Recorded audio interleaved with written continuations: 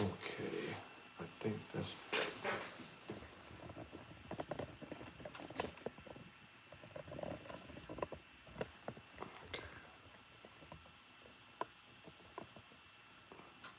Okay. Okay. Much better, much better, much better, much better, much better. Okay, okay, okay, okay. Okay, okay, okay, okay. What's good, y'all? All right, let's get this show started. Appreciate y'all for tuning and tapping in. What's good, y'all? What's good, y'all? What's good, y'all? What's great? Thank y'all for tuning in to another episode of Can the Brothers Get a Rap podcast. I'm your host, Ashley Lovechild, and I want to thank y'all for tuning and tapping in. This is episode 286, and we continue to grow each and every episode. We're on the road to 20,000 subscribers. We're a little over 14. So again, continue to like, subscribe, share, hit that all notification bell. I do pop up throughout the week, and we pull up live every Sunday, every Wednesday. So again, I appreciate y'all support as always. Shout out to the chat. The chat is in here deep, and I appreciate y'all as always. Major love in the chat. I want to thank the presenting sponsor of this podcast, which is Button Snaps, where you get the finest of movies, shows, documentaries, and original content for your viewing pleasure of $4.99. Again, that's Button Snaps. That's the word button, hyphenated sign, and the word snaps.com. Again, that's the word button, hyphenated sign, and the word snaps.com. Again, I appreciate y'all for tuning and tapping in. And remember, y'all, do not be an agent of chaos. Do not be a stain. Do not try to stand up by being negative. Have the ability to stand up by being positive. Lose that Willie Lynch mindset. Lose that it can only be one mindset. The only op we recognize over here is opportunity. We do celebrate life culture over here. Hate has a location. It's just not here. So no further ado. Again, shout out to the chat again. Major love to the chat. Appreciate y'all as always. Shout out to King P. We got my dog King P in the building. Appreciate you as always. We got Ebony in the building holding it down. And again, shout out to King P real quick. He's a big badge holder. Had his badge for over 2 years. Again, Ebony, major love to Ebony. Shout out to Elena in the building. Shout out to Tremont in the building. Brooklyn, he said Brooklyn's in the building. Appreciate you for tapping in. Hazel, Big Hazel, appreciate you for tapping in. Again, I'm not going to say everybody, but again, I appreciate the support each and every episode. And I want to thank y'all for tuning and tapping in. All right, y'all, let's get the show started. My voice is a little ran down. I've been in the studio nonstop and working on this new album, working on my new album, Adventures of Don Pierre, my 7th studio album, which I'm super duper excited. And I ain't gonna lie to y'all, man. This is fire. This is next level fire. And I'm just so engulfed of being the best version of myself on this album. So I'm trying to do better than what I've ever did before. So I can't wait for y'all to hear this once everything is finished. So again, shout out to y'all in the chat. Shout out to Big Paul in the building. Shout out to Big Paul. She in the building. Appreciate you for tapping in. Remember, y'all, do not forget to hit them likes. Hit them 100s in the chat. It does help with the growth of the show. Had to get my vocals right, you know, because like I said, I've been in the studio all day and night, and my voice is a little off, but we're going to have some fun tonight. All right, y'all, let's get the show started. First segment of the night, popular opinions. This segment is brought to you by OUV Records. Make sure y'all go to Instagram at OUV Records. Stay in tune to the latest music and merchandise. The label motto is create, document, and inspire. So make sure y'all go to Instagram at OUV Records. Stay in tune. All right, first question of the night, popular opinion. Y'all already know these are not my questions. These are the world's questions. So stick to the answers in the questions. Biggest reform. Which should be the biggest reform for renting? Which should be the biggest reform for renting? Number 1, mandatory fee bundles. Number 2, Rental registry. Number 3, 3 times the rent. Number 4, automatic security deposit. Let me know what y'all think about that in the chat. Again, let me know what y'all think about that in the chat. Which one should be the biggest reform for renting? Number 1, mandatory fee bundles. Number 2, the rental registry. Number 3, 3 times the rent. Number 4, automatic security deposit. Let me know what y'all think about that in the chat. Again, let me know what y'all think about that in the chat. Again, shout out to Big Paul. Again, she's one of our day ones. So make sure y'all show some love to Big Paul. She said, Lucky 7, congrats on your album. Appreciate it. It's not finished yet, but I'm working on it. We want to make this thing super. We cooking it up. Well, I'm cooking it up and chefing that thing up. I'm going to say we because it's producers and beat makers and stuff. So I say we. It's always a we, right? It's always a we. So yeah, we cooking that thing up nice. You know what I mean? So can't wait for y'all to hear that.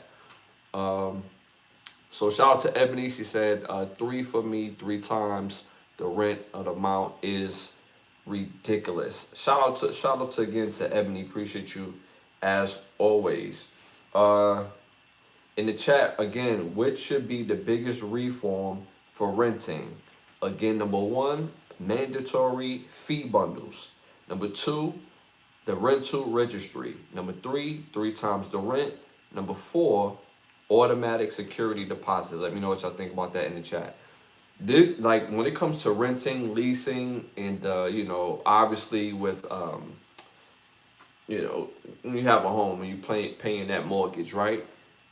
They all have its own different thing, but leasing and renting is a complete different thing all in itself when it comes to the qualifications. Now, mandatory fee bundles is ridiculous mainly because they charging you based on stuff that like you already have. Like I remember I lived in a particular place before and they used to charge me for cable, but I never used their cable. They was like, yeah, so what? It's like they basically saying if you didn't have your cable, you would still get this free cable. But I didn't ask for that cable. It don't matter. It comes with being here. So that's like stuff like that is like mandatory fee bundles. The rental registry, basically people don't realize you have a history when you rent out and when you go look at new places, they check in the registry and see if you are a good renter. 3 times the rent. That is absolutely ridiculous. I don't understand how we live in a day and age, an economy that we live in, and most people need to make 3 times the rent to live in a particular place. You just need your rent. And I get the aspect of, I can understand 2 times the rent, but 3 times the rent. So if the rent is $2,000, you're literally asking people to basically make almost upwards to about $8,000 a month. And if $8,000 a month is the given salary, then in a given year, you're asking people to make about what? 96,000 a year, and most people don't make 96,000 a year. So I just think that's a bit ridiculous. And the automatic security deposit, I'm not mad at the security deposit because, you know, anything can happen and you want to make sure you got something to show for. So I'm not mad at the security deposit, me, myself. So out of all of them, I'm going to go with the mandatory fee bundles. I think the mandatory fee bundles is ridiculous because it can literally take your rent from, let's say, for example, $1,200 and your mandatory fee bundle would take it to 15. You like, hold on. How we get from 12 to 15? Yeah, that's all of the mandatory fee bundles, them hidden fees. So I'm going to go with that. In the chat, I'm seeing a mixed of answers. I've seen the rental registry, and I also seen number 3, 3 times the rent. Shout out to my dog King P in the building. Again, one of our big badge holders. Had his badge for over 2 years. Shout out to Paul. 3 got it all the way out of hand. So majority we seeing 3 in the chat. Again, I went with number 1. The chat majority went with number 3. The rest of the world at 41%. Mind y'all, 13,000 people voted on this. Went with number 3, 3 times the rent. And I'm not mad at that because that is ridiculous. How many people do you know actually make 3 times the rent? Most people, let's keep it real, most people is like a little bit over 1 time the rent. Let's keep it real. They say right now in America, if you have anywhere from $5,000 to $9,000 in your account, in a savings, in a checking account somewhere, that you're literally richer than 50% of the population. Most people that work day in, day out, 9 to 5, they don't have 5 to 9 grand in their savings account giving them some sort of relief. Most people work paycheck to paycheck. So if your rent is anywhere from 1,200 to 2 grand, you are cooked. You are cooked. You are forced to basically move back home with your parents or find a roommate or get you a room to rent. You are cooked.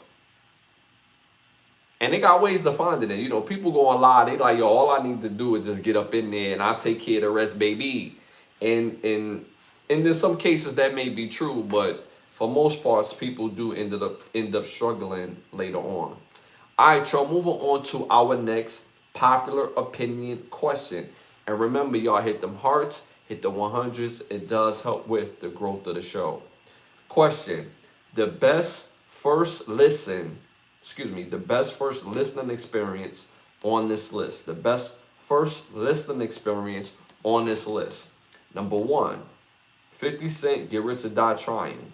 Number 2, Kanye West, College Dropout. Number 3, Lil Wayne, The Carter 3. Number 4, Jay-Z, Dynasty. Let me know what y'all think about that in the chat. Again, let me know what y'all think about that in the chat. Again, best first listening experience on this list. Hip-hop version. Number 1, 50 Cent, Get Rich or Die Trying. Number 2, Kanye West, the College Dropout.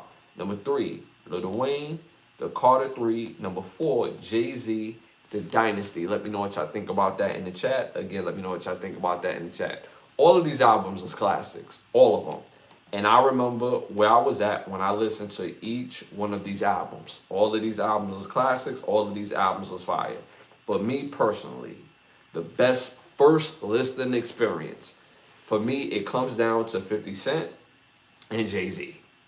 When I first listened to that 50 Cent album, I didn't know what I was in for. I'm not going to lie to you. I didn't think Get Rich or Die Trying was going to be as good as it was. I'm not going to lie to you. Have you ever sat there and listened to an album and you go for the song, right? Because at that time, you had Wankster that was already out, and then you had In the Club, right? So you go for those 2 songs.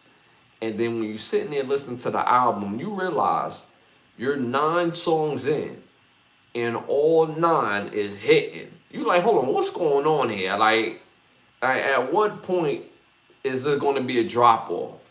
You got basically through the whole album, and it's still hitting. Jay-Z Dynasty album, I was expecting the album to be good. If you remember the songs from that album, the singles for that album, I knew that album was going to be good. But I'm not going to lie. This is kind of like a draw for me, but if I had to pick one on the first list, now obviously the most iconic first album ever of all time, or debut album of all time, hip-hop wise, is 50 Cent. But when I first listened to it, I'm going to have to go Jay-Z Dynasty on this one. That's just me personally. So I'm going with Jay-Z Dynasty for the best first listening experience on this list. Again, number 1, 50 Cent, Get Rich or Die Trying. Number 2, Kanye West, The College Dropout. Number 3, Lil Wayne, The Carter 3. And number 4, Jay-Z Dynasty. I'm going with Jay-Z Dynasty in the chat. I'm seeing, what am I seeing? I'm seeing 50 Cent in the chat. I'm seeing 50 Cent in the chat. The chat is going with 50 Cent. They saying it has to be a, which Get Rich or Die Trying dropped the whole album, shift, the whole world shift. You couldn't walk past a car without hearing In the Club or Many Men. It's a fact. That is a complete fact. That is a complete fact. We're not saying, the question is It's not which one is the bigger album. It's saying what's the best first listening experience. When you first heard it, you was like, ooh. And to me, both of them is top tier. Both of them. Like when I first listened to 50 Cent, Get Rich or Die Trying, I listened to that for the next 2 weeks. Same thing with the Dynasty album. So, but the big difference for me, I knew that the Dynasty album was gonna be fire. I didn't know Get Rich or Die Trying was gonna be what it was, and it was what it was. It is worthy of all the accolades. So again, I went with Jay-Z, Dynasty. The rest of the world, excuse me, the chat went with 50 Cent, Get Rich or Die Trying. The rest of the world at 47%. Mind y'all, 37,000 people voted on this. Went with Get Rich or Die Trying. Again, I'm not mad at that. I'm not mad. Again, I gave it up to Get Rich or Die Trying. I think that was a fire album. But I'm not mad that everybody else said it was the best verse listening to on this list. It's worthy of that. It was a fire album, song for song, and that's one of the most underrated things about 50 Cent. He know how to make songs. He know how to make songs. So I'm not mad at that. That's not even something like I'll go back and forth with at all. Shout out to the chat. I appreciate y'all for tuning and tapping in. Shout out to, I hope I'm saying it right, Messiah. Appreciate you for tapping in. He said Get Rich or Die Trying was the greatest debut album of all time. You heard me say that also. You heard me say that also, which is a fact. Which is a fact. Well, I would say the greatest hip-hop album, not the greatest album of all time, debut album of all time. It's not the greatest debut album of all time.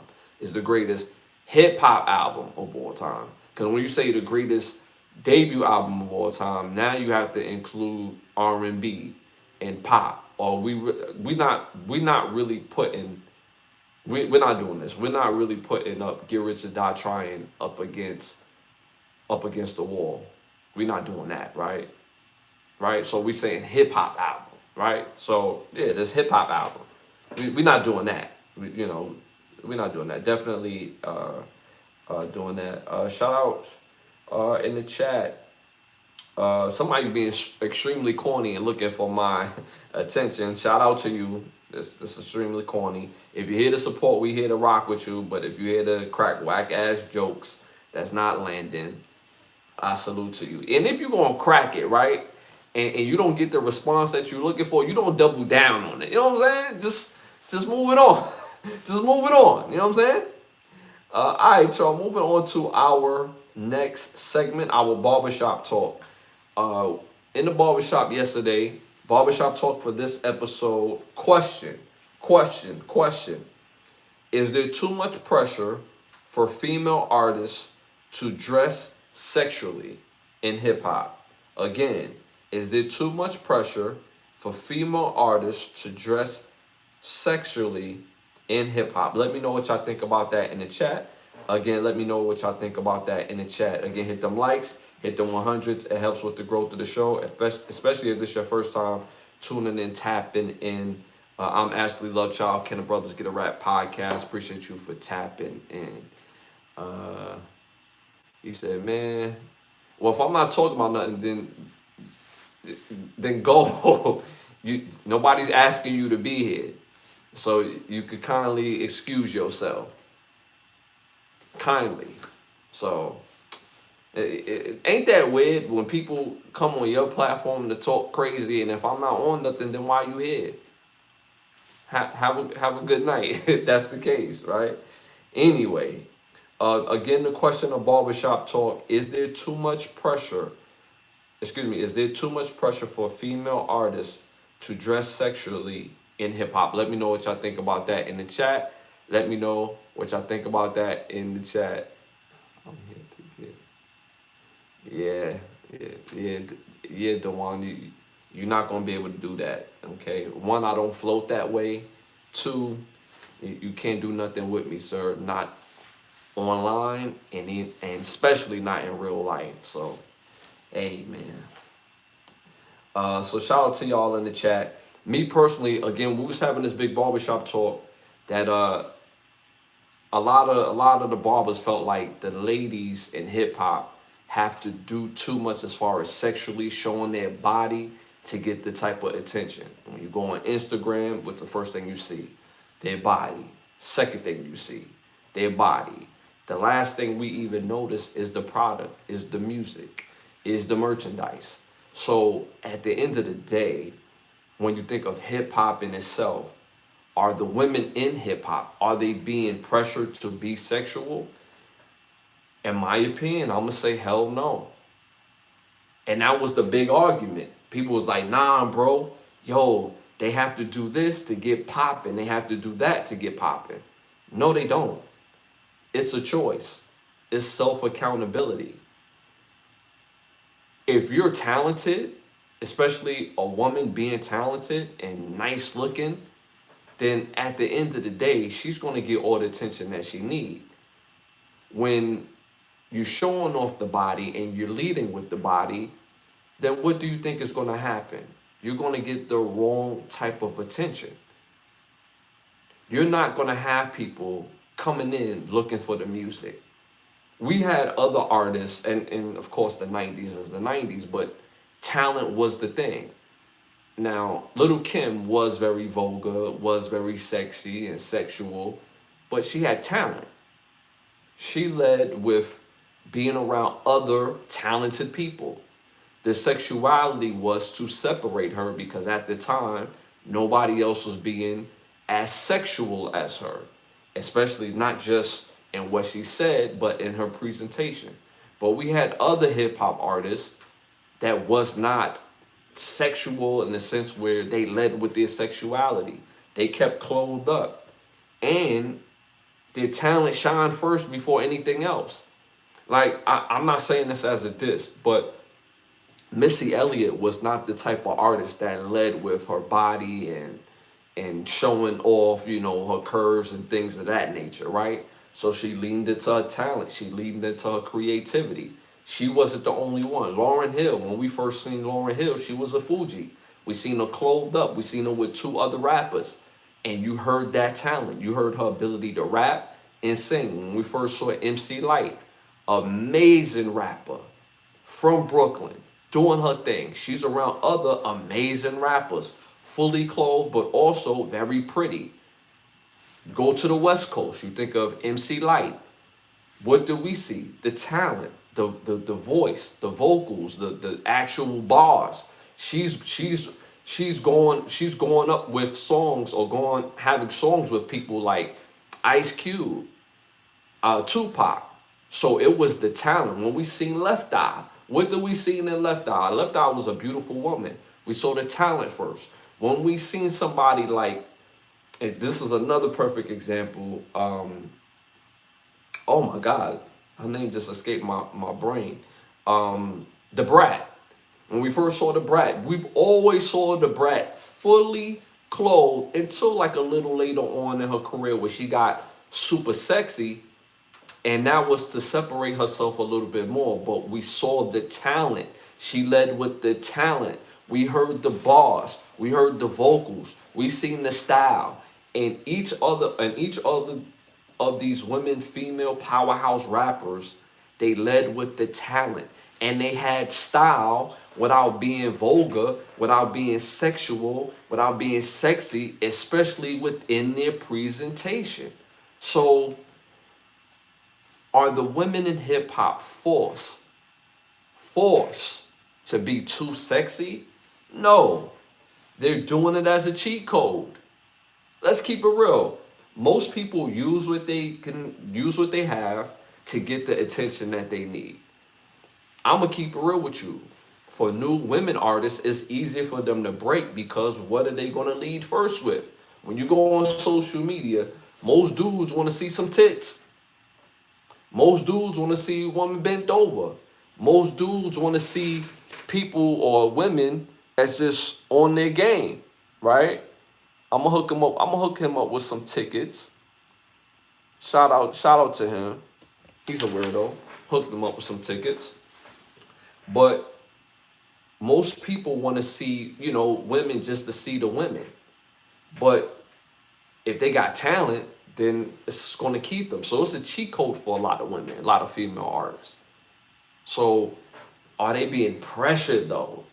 No, they're not. They're not. Because you also have artists like Rhapsody that keep it clothed up and you see her talent.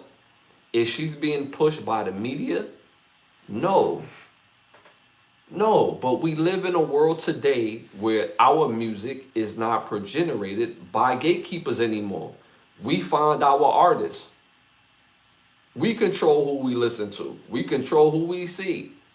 So at the end of the day, are female artists being forced to be too sexual and too sexy in hip hop today? Yeah, nah, not at all. Not at all. Shout out to Ocean in the building. He's another weirdo. We're gonna hook you up with some tickets to the block party. Shout out to you, another weirdo. But again, the shop, y'all, was not like, they wasn't jacking what I was saying. Shout out to Ebony in the building. The crazy part is, look at how Queen Latifah, I just said that Queen Latifah, Missy Elliott, Lauryn Hill came up. That is a fact. That is a fact. I was 9 when that dropped. Shout out to Messiah. Appreciate Messiah for tapping in.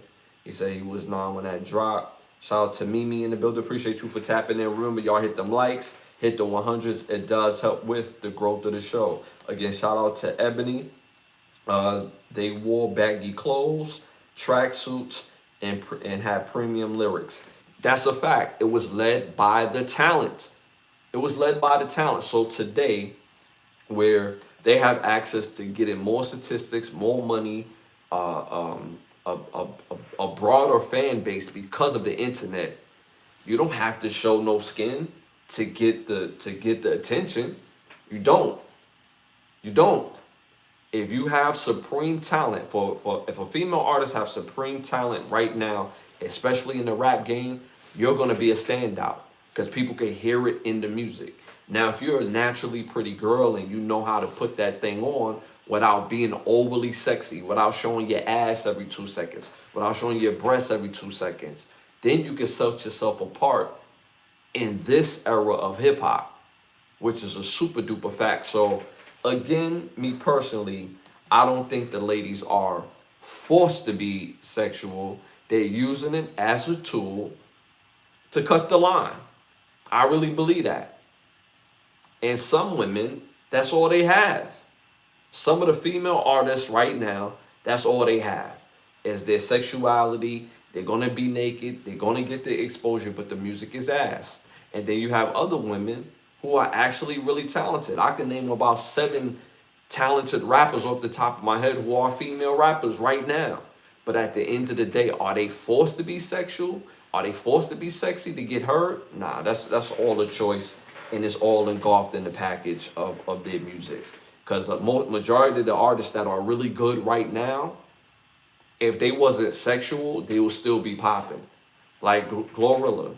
Glorilla has kind of changed not I want to say changed the image, but she changed the image where she's not always OD sexy all the time. And what I mean is showing off her body all the time. Like a lot of times you will see her in like leather jackets and jeans and stuff like that. But if she didn't show that part, she would still be talented. What's the other one? Oh my God. I can't think of the other. Lotto. Lotto's another one. Every time we see Lotto, she's showing off her body. But if Lotto didn't show off her body, guess what? She's still talented. So the girls have the talent, or the women have the talent. But they use the sexuality as a part of their package of moving their music. But are they being forced to do it? Nah, I don't think Lotto forced to do it. I don't think Glorilla's forced to do it. I don't think Megan Thee Stallion is forced to do it. These are all choices. Even Megan Thee Stallion, believe it or not, even though she has had crazy wild press, bad press, she's talented. Regardless of what you think, she's talented. She could really spit. She could really rap. But is she forced to be sexy? Yeah, nah, not at all. So that was Barbershop Talk for tonight's episode. Shout out to y'all in the chat. Remember, hit them likes, hit the 100s. It does help with the growth of the show. This is your first time tuning in, tapping in. I am Ashley Lovechild. Can the Brothers Get a Rap podcast? I'm on live every Wednesday and every Sunday. All right, y'all, moving on to our next segment. I'm going to do a profile artist each and every episode, whether they new or old, hip-hop and R&B. I hate saying old, whether they're a veteran artist or a brand new artist, whether they hip-hop, R&B, reggae, whatever genre. I'm going to give out 3 Michael Jackson awards to give them their recognition for excellence, showmanship, and performance in that music. My tonight premier artist is the R&B artist Case. For those who know who Case is a fire R&B artist. And my first Michael Jackson award goes to his song, Touch Me, Tease Me, featuring Foxy Brown. My second Michael Jackson award goes to his song, Not Your Friend. And my third and final Michael Jackson award for Case is his song, Missing You. So make sure y'all put those 3 songs on y'all playlist. And those are my 3 Michael Jackson awards. Again, Touch Me, Tease Me, featuring Foxy Brown, Not Your Friend, and number 3, Missing You, again, by the artist Case. All right, y'all, moving on to our next segment. Y'all already know we're about to get on that flight. It's send them to Turkey or nah. Type in T to send it to Turkey. Type it in not to send it to Turkey. Let me know what y'all think about that in the chat. You can put not Turkey, Turkey, either way. But we came up with the segment because when people say and do crazy things, we either send them to Turkey or we don't. So, all right, first one of the night. Busta Rhymes was on the $1 Million Worth of Game podcast. Gilly the Kid, Wallow. Shout out to Gilly the Kid. He just reposted something I said about his daughter not too long ago. New York, LA, fire artist. And I didn't know she was his daughter. And then when I listened to the music, I thought the music was fire. I still think the music is fire, but she's worthy of getting plays, even if that's not his daughter. I just thought she was a dope artist, but he just reposted that. So shout out to Gilly. But Busta Rhymes was on the $1 Million Worth of Game podcast, Gilly the Kid, Wallow, and he said, Busta Rhymes has said that his Mount Rushmore of New York rappers +1, meaning Mount Rushmore is 4, and they gave him a +1. So in essence, Busta Rhymes' top 5 of New York City rappers of all time consist of, in his opinion, Rakim, Nas, Jay-Z, Biggie Smalls, and Slick Rick. Let me know what y'all think about that in the chat. Again, let me know what y'all think about that in the chat. Again, Busta Rhymes said on $1 Million Worth of Game that his top 5 rappers of New York rap is Rakim, Nas, Jay-Z, Biggie, and Slick Rick. Let me know what y'all think about that in the chat. Again, let me know what y'all think about that in the chat. Shout out to Ebony. The industry shifted from focusing on the pen and focusing on the aesthetic. If they definitely limits a lot of purely lyrical female artists today. Yeah, so that's going back to the previous thing I talked about as far as female artists, hip hop artists is forced to be sexy, and they're not. They're not. So, your statement, I agree with the comment. But it goes with what I'm saying is that, hey, at the end of the day, they not. It's all a choice. Because we've always had dope female artists, but it's whether you choosing to be sexy, to cheat the line and get that extra attention, or you're going to keep it basically talent based. So I definitely agree on that. Let me know what y'all think about that in the chat. Again, Busta Rhymes on $1 Million Worth of Game says that his top 5 rap artists of New York is Rakim, Nas, Jay-Z, Biggie, and Slick Rick. Let me know what y'all think about that in the chat. Again, let me know what y'all think about that in the chat. And again, it's your first time tuning in to tapping and hit them likes, hit the 100s. it definitely helps with the growth of the show. Me personally, what I thought about his list, I'm not mad at his list. First of all, salute to Busta Rhymes. Busta Rhymes was have always been one of the pillars of hip hop. As a kid, I remember his mother lived like right across the across the street from me on Church Avenue between Church and 45th. No, excuse me, between Troy and 45th. And I remember Busta Rhymes gave me an autograph when I was like 6 years old. I ran up on him. I was nervous as hell, and he gave me his autograph. And I know a lot of his crew, DJ Scribble, Rodney on the other side, and just the whole team. You know what I'm saying? Just the whole team all lived on my block, growing up. So shout out to them. Shout out to Spliff Star as well. So when Busta Rhymes says this, I say all that to say, when Busta Rhymes says this, it matters. Busta Rhymes' voice matters in hip hop. His opinion, whether you agree or disagree. Now, Rakim, yeah, there is no.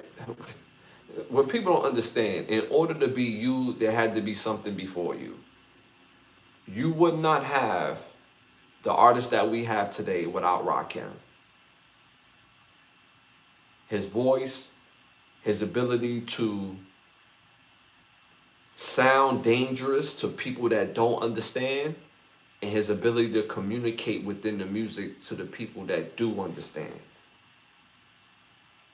Rakim is one of the ones. That's a fact. When they say God MC, he's always mentioned in the conversation for a reason.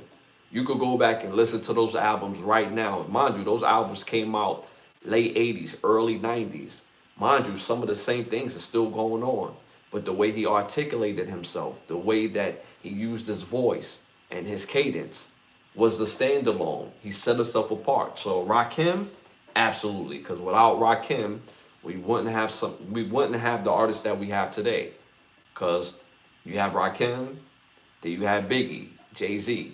You have Biggie, Jay-Z, then you have, the artists after them, and then the artists after them. So that's why Rakim, I agree definitely with Rakim. Secondly, he said Nas. Nas is one of those ones. Regardless if you're a big fan of Nas or if you're not, whether you're crazy about his song making or his lyrical ability, he's one of those ones. And I'm going to take it a step further. It's not just New York hip hop, but it's hip hop all in itself. It's hip hop all in itself. Not just New York hip hop, it's hip hop. But for the sake of the question, let's just keep this New York rap. Rakim, yes. Nas, yes. Jay-Z, yes. It's crazy, the Jay-Z slander that's still going on is just unworldly to me. I've heard several rappers, I've heard several commentators. They have an issue with Jay-Z releasing music and releasing albums in his age right now. So what? Let him release that music. And it's a loser mentality to tell people when they should and when they shouldn't release the music based on their age. When y'all let it rock and roll, when y'all let it rock and pop, but when it comes to hip hop, it's a loser mentality that other older artists don't want to drop albums. You don't want to drop albums because you don't feel like it's going to be as important. But with Jay-Z, regardless if it's number 1 or if it's number 10, drop that album. We want to hear the music. Jay-Z is a legendary rapper, legendary artist. At this point, in particular time in the game, it doesn't change his stakes. It doesn't change where he's at if he comes out and the album flops. But the album's not going to flop. He just went crazy at Yankee Stadium. He's actually going crazy on tour. And you actually think the album's going to flop? Just a lot of weirdos in the game. I don't understand that. And some of these people are right-minded, upstanding people, but you can tell that they speaking from a place of fear, and they speaking from a place of their own agenda. So the point that I'm making is, regardless of your age, release the music. And if your music goes to #1, then it goes to #1. Wouldn't that be dope if Jay-Z was to come out, drop an album, and it actually went #1? Wouldn't that be dope in the space of hip hop? Or anything against that is a loser's mentality. He said Biggie. Yes. Biggie, yes, absolutely. Biggie style of storytelling, slickness, tongue-in-cheek type of rap style, his cadence, his flow, of course. Of course, you're not going to say many people lyrically do this better than Biggie. You're not going to say many people. You may have a preference, but you're not going to say, yeah, this guy is better than him. And it's like valid over Biggie. No. Lyrically, no. No. And let me tell y'all something. You know when somebody's lyrically like really great? When other great lyricists, like a Busta Rhymes, say this guy is great lyrically. So regardless of your opinion, like, yeah, he say he's great, but he kind of trash. No, he's not trash, because lyrically, technically, he got it. You may not like it. It may not be your cup of tea, but that doesn't mean his talent is not his talent. So yes, Biggie Smalls. Slick Rick. I'm not mad at the Slick Rick pick. Can you say Slick Rick is a pillar of New York hip hop? Yes. Storytelling, style, his ability to be versatile. Slick Rick was still doing records. Matter of fact, he's still doing records. And even though his albums, like his biggest albums was probably like early 90s bass, late 80s, early 90s bass, he still had a lot of records that was big in the 90s and in the 2000s. So yes, I'm not mad at the Slick Rick pick. Now, people may have their own preference for that 5th spot. Some people may say DMX. Some people may say the Lox as a group in itself. Some people may say Wu-Tang as a group as itself. Not as individuals. I'm talking about just as a group when I say Lox and Wu-Tang. Not mad at these picks at all. At all. Some people may say it's Busta. Me personally, I think it's Rakim. I think it's Nas. I think it's Jay-Z. I think it's Biggie Smalls. And I think it's LL Cool J. Me personally. When it comes to New York hip-hop, we don't have New York hip-hop. You can't tell the story of hip-hop, let alone New York hip-hop, without having LL Cool J. We don't have that. I know most people see him now as this big-time actor. He's extremely gifted and skilled in acting. But at one point in time, he was the best rapper in the world at one point in time. And without his cachet, we don't get the Nas, the Biggies, the Jay-Z's. We don't get them. We don't get them. So regardless if his music aged well or not, in the pantheon of rap, LL Cool J is up there in rap, let alone New York rap for me. So I'm going to go with my top 5 and saying is Rakim, Nas, Jay-Z, Biggie Smalls, a.k.a. the Notorious B.I.G., and LL Cool J, with 2 honorable mentions. Big Daddy Kane. Big Daddy Kane had the rap game in the chokehold at one point in time. KRS-One is also somebody, you can't mention rap without mentioning KRS-One. They just happen to be from New York City. So, again, I'm not mad at Busta Rhymes' picks at all, because all of his picks have a space and place in the pantheon of hip-hop, period, let alone New York rap. So I'm not mad at that at all. Shout out to my dog Kiso in the building. Appreciate you for tapping in. Hit them likes, hit the 100s. It definitely helps with the growth of the show. He said no turkey. The holy trinity of New York rap will always be Nas, Hov, Biggie, but adding Rakim, Slick Rick proves Busta actually respects the architects. Shout out to my dog Kiso in the building. Shout out to who's that? Iraq. Appreciate you for tapping in. He said Big L and Pun.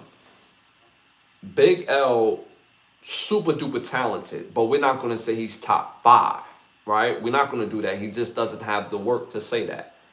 Doesn't have the work to say that. And what I mean is he doesn't have the albums to say that. Well, at least with Biggie, we got 3 albums. We got 3 albums in a very short period of time. Big L, super duper talented. We heard the talent.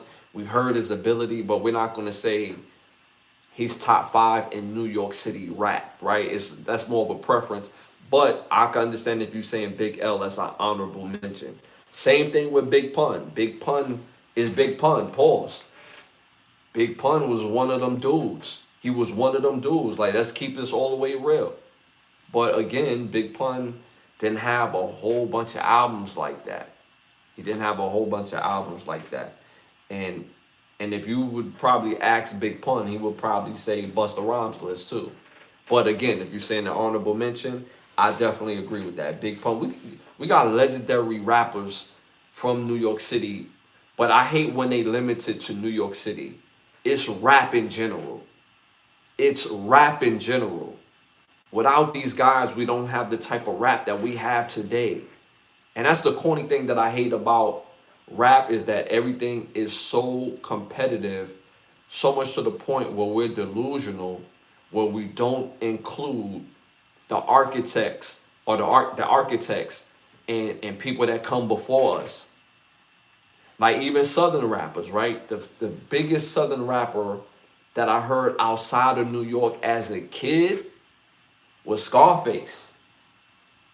He was the biggest Southern rapper. I won't say Scarface. I would say Ghetto Boys as a group in itself. It was Ghetto Boys. Now, when we say West Coast, the biggest act that came out of West Coast, in my opinion, when I was a kid, was NWA. Then all of a sudden, you get a tall, skinny guy named Snoop Dogg, and he turned hip hop upside down from the West Coast. So I say all that to say, when you mention Scarface or Ghetto Boys, their influences are guys from the East, from New York City, because they came before them. When you think about Snoop Dogg, I'm pretty sure they have people in his local area, but he's going to mention the LL Cool J's because it's rap. And what's wrong with being from one area, being enthused and influenced by somebody in another area, be like, damn, that look cool. I can do that, but I want to do it my way, with my own type of style, and still give them their credit while being great at the same time. So that's the only thing about hip hop that is just so competitive, so much to the point where we delusion ourselves that people didn't come before us and then like blaze the trail for us. That's the only thing about hip hop that's like, come on, man, like this shit is trash where everything is so I'm from the South, so everything from the South is better than everything from the East or the North. Or I'm from the West, the South can't see us. Like, I get it when we're being competitive in the space, when we're doing the art, but when we don't recognize everybody else's greatness. Like, come on, like that's delusional to me. Just because Ludacris is from the South doesn't mean he's not nice. Luda is super nice. But I guarantee you, if you ask Luda who are some of his influence, he's going to say some of the artists from New York, from the East Coast. He even said one of his very favorite verse of all time is the Cameron verse in Rock, the song Rock.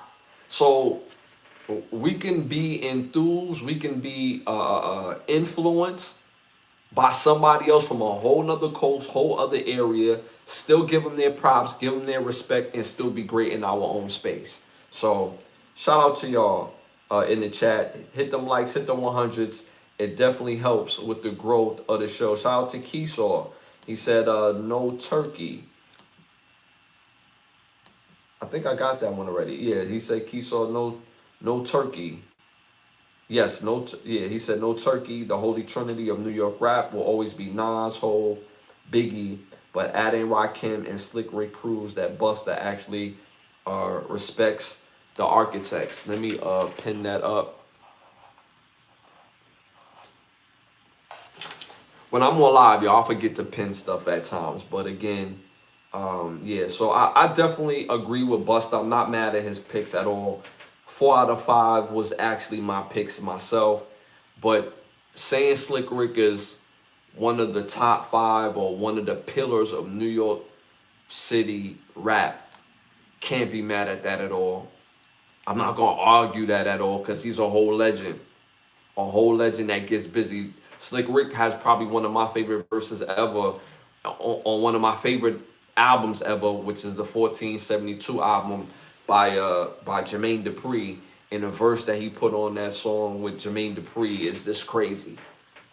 Just crazy. And that album came out, what, like 96, 97? Album was too fire. All right, y'all, moving on to our next. Send them to Turkey or nah. Send them to Turkey or nah. Again, we type in T to send it to Turkey, or we type it in not to send it to Turkey. A second one of the night. Current NFL player on the preseason roster is also in the transfer portal going back to college. Daquan Wright has suited up with the Cleveland Browns in preseason, but has gotten waived from the team and now is reportedly heading to LSU in the transfer portal. Let me know what y'all think about that in the chat. Are we sending this to Turkey or nah? Are we sending this to Turkey or nah? Me personally, I'm sending this all the way to Turkey. This is straight nasty work. Again, if this is your first time tuning in and tapping in, I am Ashley Lovechild, Can the Brothers Get a Rap podcast. Again, I'm on every Sunday and every Wednesday live. I do drop videos daily. Hit them likes, hit the 100s. It does help with the growth of the show. We're on the road to 20,000 subscribers, and we're a little over 14. So again, we appreciate it. So we sending this to Turkey. Again, current. He was currently on the NFL team, and when we say current, he was on the team yesterday. He was on the team yesterday, and now he's been cut. He's been waived. And now he's going back to college to play at the LSU. I'm sending that to Turkey. In my opinion, once you declare for the draft, once you play in the NFL, whether it's the NFL season, if you go to an NFL camp, you hit with the NFL players. You catching passes from an NFL quarterback. If you're a quarterback, you throwing passes to receivers and running backs. If you're a linebacker or DB, D lineman, you're tackling NFL players, caliber players. You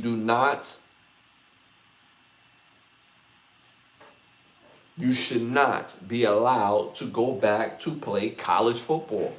What are we doing? There's guys in the transfer portal in college football right now still fighting for their eligibility. But you have guys that went into the draft, went into the process, whether they was drafted or undrafted, but they went to forego. And once you forego, once you suit up, you made the practice team, you made the preseason team, and you got cut. Now you have other pro leagues you can go to. You have the USFL, you have the XFL, you got the Arena League. You should not be allowed to go back to play college football. You have an athletic advantage. If you're lifting with pro athletes and you're going back to play against men and grown men, or young men, I should say, then the competitive nature is not the same. It's not the same. When you're in college, you're playing against guys who are 18 to 23.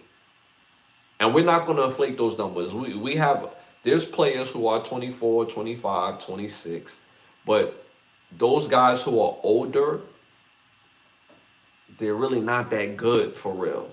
They have medical issues. They're just not that good. They feel the need, and majority of these players don't even start. They don't have the competitive nature or edge, or they played baseball, got drafted in baseball, and then came back to school. So some of those guys may be good, but for the most part, college football is from 18 to 23. Size, speed, strength matters. So if you're an NFL player, you declared you're an NFL guy, you're lifting, you're running and conditioning with other NFL players, grown ass men with grown man strength. You get a taste of that for a summer.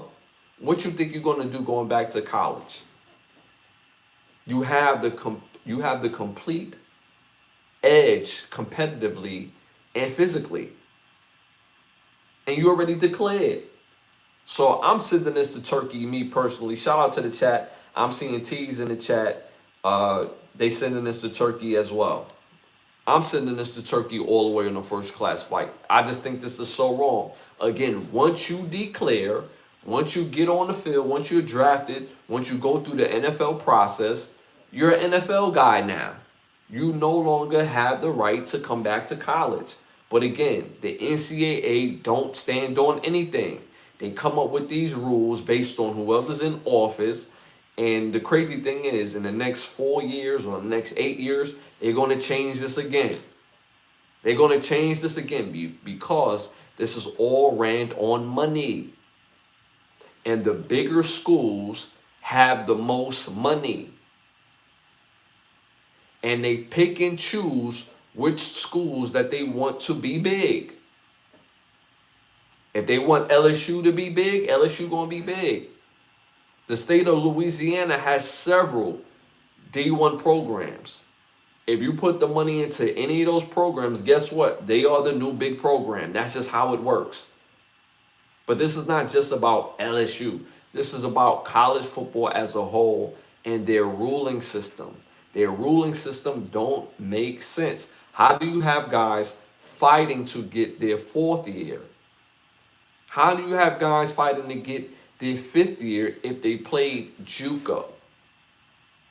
But you're willing to take a guy back after he declared, after he's been in NFL facilities, lifting, running, training, hitting. But you'll let him come back to have the complete edge? You mean to tell me I went up against NFL caliber talent, speed, strength, and knowledge, and speed of the game as well. Not just physical speed, but the speed of the game. And now I get to go back to college and play against guys who are not as fast, not as strong, not as smart, and don't move like land sharks. Got the competitive nature all together. So I'm sending this to Turkey on a first class fight. Shout out to y'all in the chat. Y'all sending this to Turkey as well. Shout out to Kiso. Shout out to King P. Again, King P has his badge for over 2 years, so I appreciate that. Kiso, Turkey, this is absolutely insane. I agree on that. I agree. Because there's no world where this benefits the players. Like, what does it do? What do it do if you're a if you're an offensive lineman and the defensive end who was just on the Baltimore Ravens got cut, and now all of a sudden you're playing against them on the other team? How do that work? How? How can I go from being a DB defending Patrick Mahomes passes in practice and mini camp, training camp, preseason? Like, you got Patrick Mahomes as the quarterback. I'm a DB. I gotta read Patrick Mahomes. I get cut, and y'all allow me to go back to college. What quarterback matches Patrick Mahomes in college? What quarterback matches Lamar Jackson in college. What quarterback matches Josh Allen? Burrows. I could go on. None of them. None of them. It's like this is crazy, and obviously this is built off the money. And in a couple of years, because they're working on it right now, you're gonna have billionaires being able to buy out football programs or sports programs all together, and they'll probably be able to do it individually. So what do that mean? Let's say, for example, Heineken say, yeah, we want to buy out what's a, I don't want to say a sorry school, but let's say UMass, right? Let's say Heineken want to buy UMass football team. They'll be able to do it. And with that NIL deal, guess what? You'll be able to get better players. And that's just how it works. Now, if you're UMass and you got a player that was playing on the Giants and he got cut, yeah, he could come back to UMass. How do that work? How do that work? That is completely asshat to me, and I'm not jacking that not one bit. Again, shout out to y'all in the chat. Shout out to Keesaw. College football has officially become the NFL's minor league system. I agree because, again, based on this particular model, this is what it's going to become. And their new 5-for-5 rule in college football is completely stupid. Because if the goal is to get high school players to play in college football, if you got guys playing 5 years, you're not expediting the process for guys because they play in 5 years. They get 5 years to play 5 years. When they was better off only getting 4 years. You certain situations let guys play for longer. Certain situations. But they still got less time. Less time. They had it where if you went to JUCO and then you transferred, that used to count in your 4 years. And they changed the rule in last year where JUCO is not supposed to count against your eligibility. Now they changed it back. That's what I'm saying. Like they don't have they don't have a real structure in place. Whoever's in office or whoever's going to basically be the legislator is going to be able to control the narrative and move college football the way they want to move according to the money. And not to mention, a lot of southern states is another thing that they don't mention. A lot of southern states with colleges, they don't tax you on your NIL deal. I'm from Brooklyn, New York. If I'm in high school, and let's say, for example, I have Penn State. Like, yo, we got 500,000 for you, baby. Pull up. You're a great player. We want you here, baby.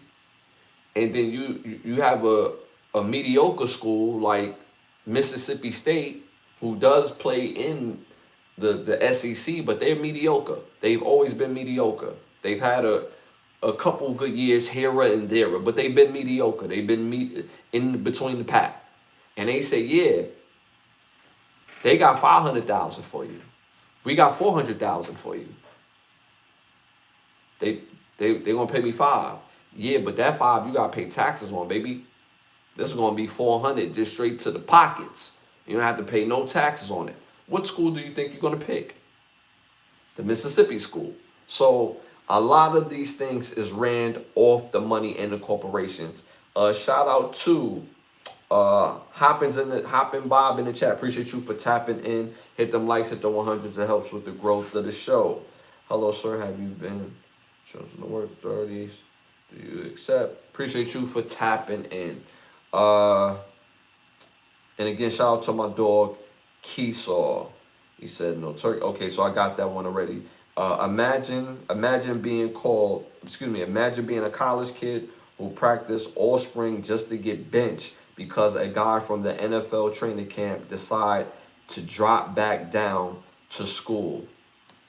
Imagine that. You've been going through the process and the guy that was literally playing in the NFL on Saturday. He was playing in the NFL. He got reps. He got in. He went against NFL talent. Practiced against NFL guys. Lift with the NFL guys. Ran with them. Understand the speed of the game. He has a complete different type of advantage to going back to college. I don't like that not one bit. I don't like it not one bit. All right, y'all, moving on to our next segment. Y'all already know it's about that time. It's time to rap. This segment is brought to you by Button Snaps, where you get the finest of movies, shows, documentaries, and original content for your viewing pleasure of $4.99. Again, that's Button Snaps. That's the word button, hyphenated sign, and the word snaps.com. Again, that's the word button, hyphenated sign, and the word button, hyphenated sign, and the word snaps.com.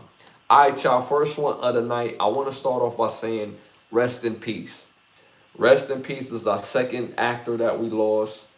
Rest in peace to the legend himself, Michael Wright. If you don't know who Michael Wright is by name, his biggest movies that he was a part of: Money Talks, Sugar Hill, and The Five Heartbeats.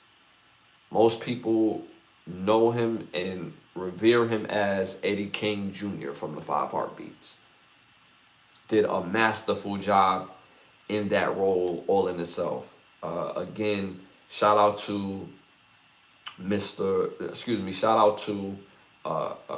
Michael Wright. He did an amazing job. The Five Heartbeats is so good, and he's a big part of the reason why that movie is so good, so iconic. His role and what he had to do for that role. And they say he was a method actor too.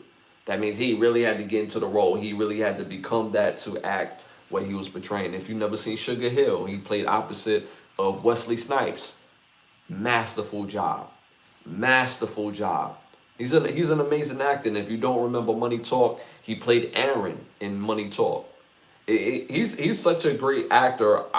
I wish we'd have saw him in more things in a leading capacity. He's been in a lot of movies as far as, just having the background roles. But, man, he was such a dope talent in front of the camera as a leading character.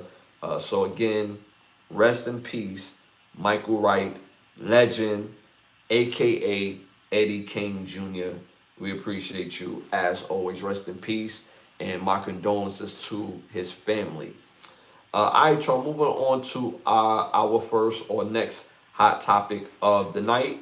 Billionaire John Overdeck wife rejected a $735 million divorce offer and reportedly wants $6.2 billion after he married her without a prenup. They saying that their total worth is up to $7 billion. Let me know what y'all think about that in the chat. Again, let me know what y'all think about that in the chat. This is absolutely insane. I've been seeing this all up and down social media. Again, about John Overdeck. $7 billion is a lot of money, dude. That's a lot of money. That's a lot of money. She rejected $732 million. And mind you, they said that this woman did contribute to his fortune. They said she did contribute to the fortune. But $732 million. You turned down $732 million to try to get $6.2 million out of the $7 billion. I hope I said that right. She turned down $732 million. She wants $6.2 billion out of his or their $7 billion fortune. Now, mind you, he did majority of the work. Did she contribute? Yes. Yes. But $6.2 billion is crazy. That's crazy. Now, I just don't understand this, right? What is the purpose of them getting a divorce? When you have this type of money, what is the purpose of getting a divorce? Why not live separate lives on paper, y'all still might be married, but you don't divide up the money. For what? Neither one of these people is getting married again. Neither one of them. I would say, especially her. She's an older woman. She got money. Why not just live separate lives without dividing the money? Why? Most times when people divide their money and move on to really live separate lives, is that they planning on getting into another marriage or another relationship that's going to be a legal based relationship, which 9 times out of 10 is normally marriage, or somebody's going to have some kids. With this type of money, all you doing is paying the lawyers, paying the judge, paying the court system. This is all you doing. Dividing the assets, whether he gets the better of the assets or yourself, financially it doesn't make sense. Wanting 6.2 out of a $7 billion fortune is crazy. She'll never get that, especially when he's been the main person to do the work. She's contributed great, so she deserves some. The fact that she's been there from day one, she deserves some. 732 million, it's a lot of money. I wouldn't be mad that he would say or settle at 1.5 billion. I wouldn't be surprised at that. 732 is a lot of money. He tried it. He tried it. He tried it. That was a good try. But you're going to come up off of one of those bills. 1.5 billion, I can definitely see that. Like, let's keep this real. They live the type of lifestyle. What else would she need with 1.5 billion? Mind you, he generated majority of the money. When somebody say, well, she had kids and she was a wife, so what? She wasn't cooking. She wasn't cleaning. She wasn't doing the pickup and the drop-offs. What are we talking about? A $7 billion fortune. I have me a cook. I have nannies. I have butlers. I have I have security.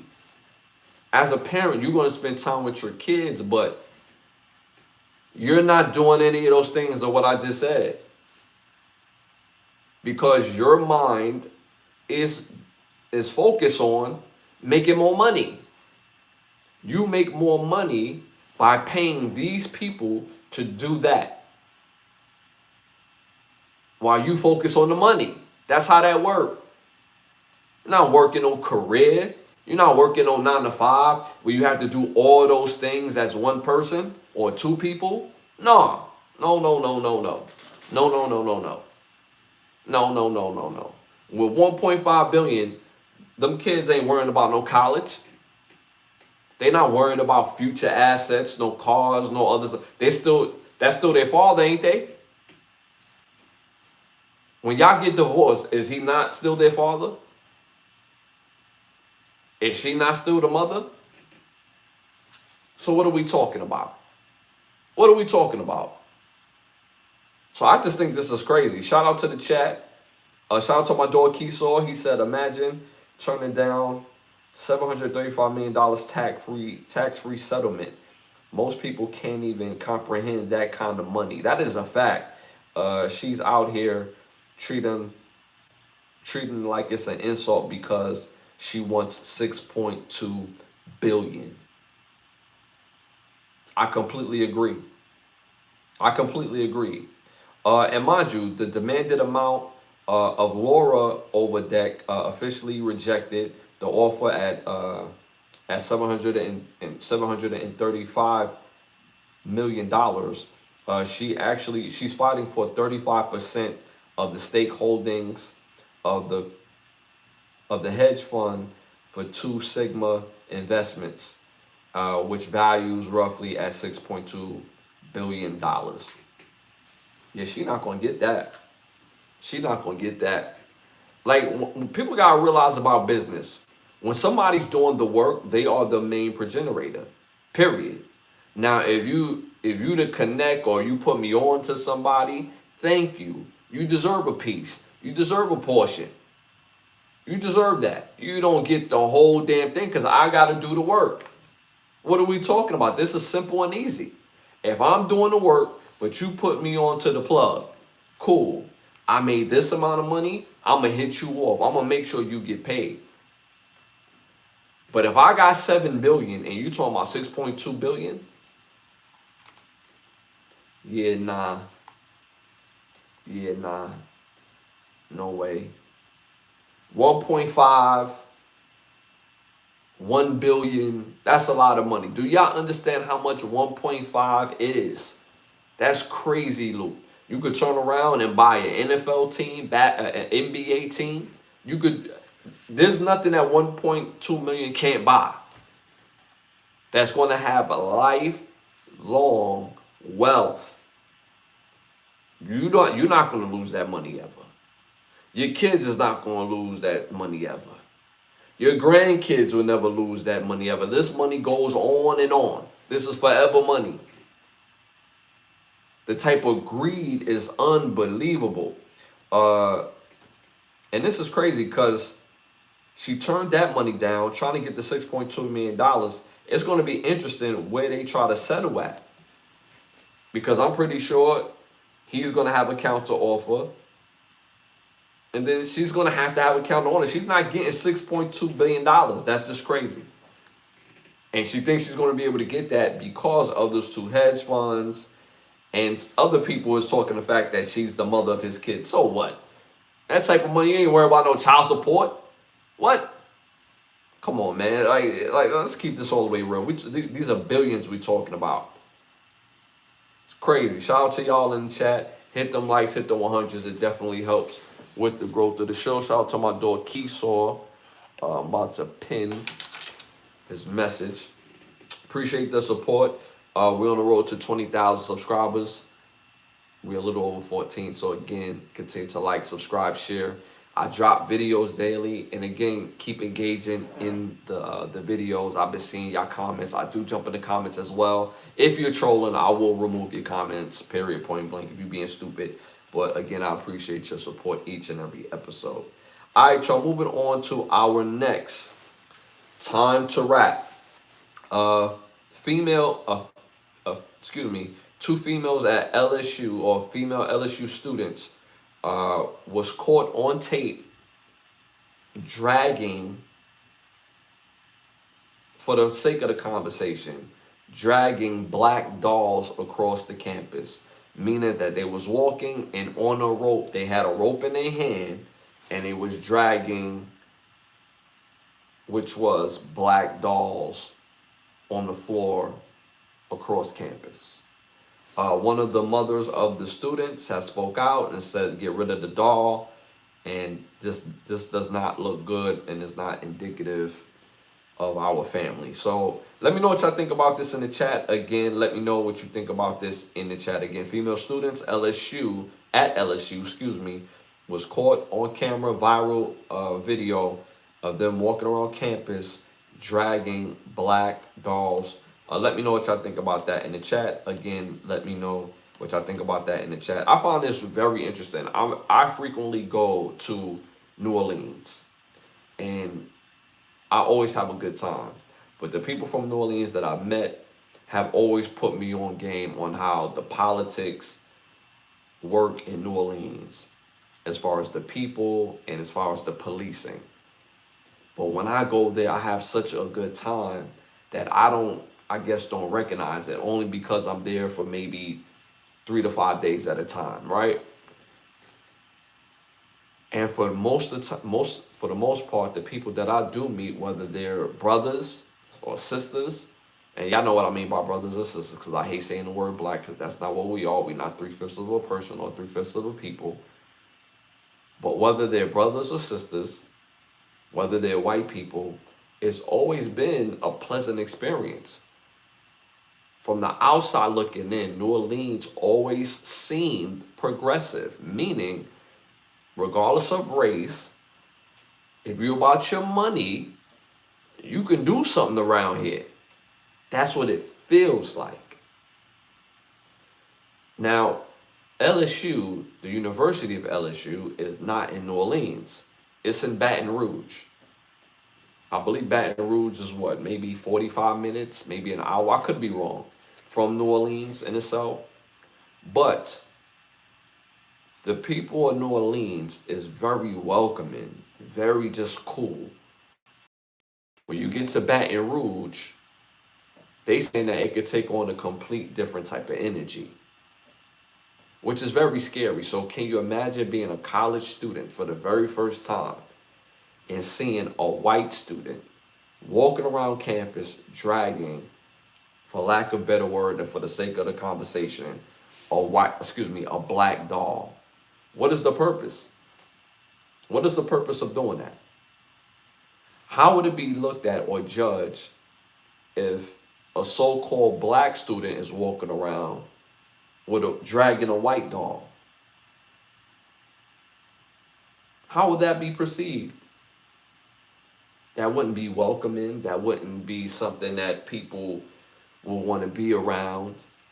So now what does the school do in this particular instance? Are we going to say, oh, people got the right to freedom of speech and do what they want? But again, just because you have free will doesn't mean you should actually incite. And incite is basically you're starting something. You're looking for the type of energy that you're looking for. Somebody going to say something. Somebody going to say something. That's one thing about people from Louisiana. They're not quiet. Somebody going to say something. Hey, yo, you out of pocket. You're going to incite. And that's going to carry on other repercussions. More racial tension. More division. And see, I always say this. People that lead with racism, lead with a marginalized system and ideals. They do it out of fear. Fear to compete. They fear because they feel like their spot is in jeopardy. Whether they're not pretty enough, handsome enough, whether they have enough education, whether they have enough strength, speed, whatever the case may be, money, anything, is done out of fear. Because when you don't fear anything, when you're not thinking about what other people are doing and you focusing on yourself because you feel like you have all the ability to do everything that you want to do, you don't resort to tactics like that. Racial tactics. And all these different things to incite, to get your mind off the real thing at hand. It's called a chicken sandwich. You get somebody to get out of order about the one thing, let alone you focus on this. Because if you get them to focus on that, and they will go because you're inciting, and you're focusing on this over here, the bigger picture, you're doing that out of fear because you cannot compete, straight up. That's what it always boils down to. When you think of the why. Why do this? Why? Why incite? Why? Why push the envelope on more division? Why? When you got the odds stacked against you, just being a human being, that shit is rough.